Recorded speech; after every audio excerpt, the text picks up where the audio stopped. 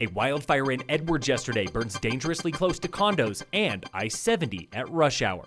Phil Lindemann, Krystal, 93 News. First, authorities moments ago identified the fatalities from a head-on collision on Highway 6 yesterday as 2 men from Oklahoma. 7 people total were involved when a truck carrying 3 men veered into oncoming traffic, hitting the truck with 58-year-old Larry Kennedy and 59-year-old Ronnie Sunram, both of Oklahoma. Riding with them were 2 unidentified women. The coroner reports Kennedy died on scene from blunt force trauma. Sunram and 2 others were airlifted to the Front Range, where Sunram succumbed to injuries. 2 remain in stable condition at St. Anthony's in Frisco. 1 was released. None of the survivors have been named.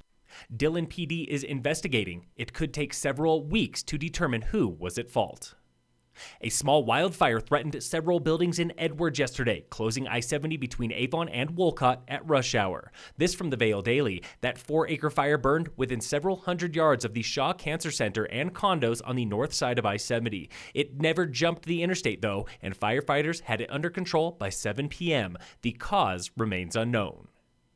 You are about to pay more for single malt Scotch and French wine. This from Reuters. The U.S. is imposing a new 25% tariff on imported foods, booze, and more. Tariffs also hit German camera parts, European airplane components, and Italian cheese, but not Italian pasta or olive oil. The food tariffs could impact up to 34,000 retailers nationwide, forcing many small or even medium-sized importers out of business.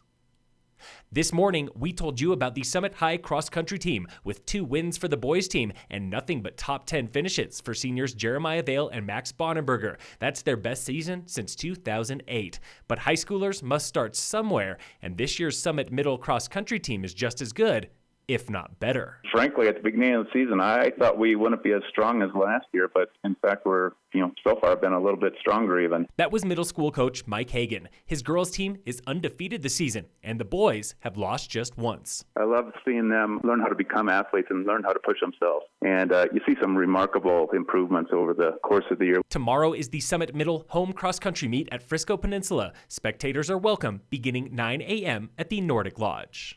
Local fire danger is very high today with Stage 1 restrictions. Fires remain banned in the backcountry. And beginning today, the Summit County shooting range in Dillon has limited hours. It is closed right now, reopening tomorrow from 7 to 11 a.m.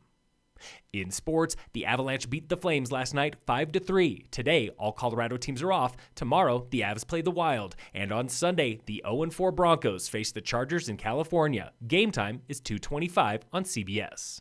And in local sports, brought to you by American Family Insurance, the Weiss Agency, Summit High Boys Soccer beat Glenwood Springs at home yesterday 1-0. Lady Tigers Volleyball lost to Steamboat away in 3 sets. Today, the cross-country high school team is in North Glen for the Pat Amato Classic, and volleyball opens a weekend varsity tournament at Battle Mountain. Football has a bye week. Phil Lindemann, Krystal, 93 News.